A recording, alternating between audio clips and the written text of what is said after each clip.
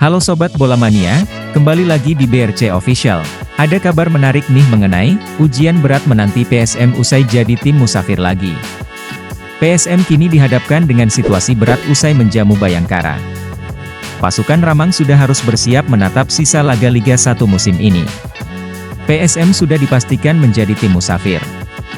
Total sisa 12 laga akan dilakoni seperti halnya kala pasukan Ramang bermain tandang. Tim akan bermarkas di luar Makassar atau Pulau Sulawesi.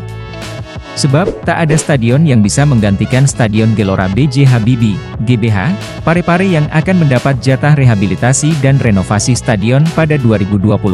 Pasukan Ramang terlebih dahulu akan bermain di Piala AFC Cup.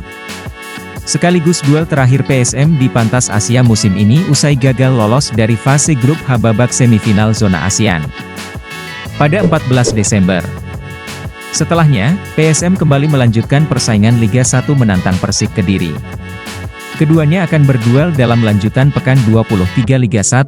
Pada 18 Desember, M. Arfan dan kolega sejauh ini masih bertengger di peringkat 10 klasemen usai sebelumnya imbang atas tamunya Bayangkara FC di pekan 22.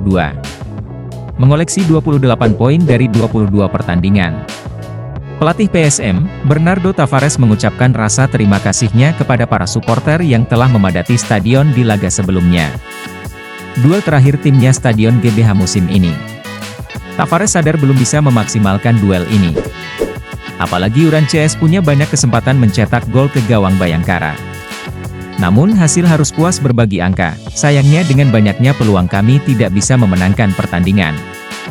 Kami mau, berhasrat memenangkan itu apalagi ini jadi laga terakhir di sini, GBH, musim ini, sesalnya, kemarin. Ia berjanji akan memaksimalkan laga-laganya anak asuhnya mendatang. Namun dia ingin timnya tetap mendapat dukungan penuh meski akan bermain sebagai tim musafir. Begitu juga bagi Uran Fernandes. Dia meminta maaf atas kegagalannya mengeksekusi tendangan penalti. Karena itu, dia berjanji akan lebih baik lagi untuk laga PSM mendatang. Untuk kesempatan penalti selanjutnya, saya akan mencoba lebih baik dan mencetak gol. Namun itu jika pelatih nantinya masih memberikan kesempatan itu, janji Uran. Nah itu dia Sobat Bola Mania untuk update kabar kali ini. Bagaimana pendapat kalian Sobat? Tulis pendapat kalian di kolom komentar ya Sobat dan jangan lupa untuk like, comment, and subscribe.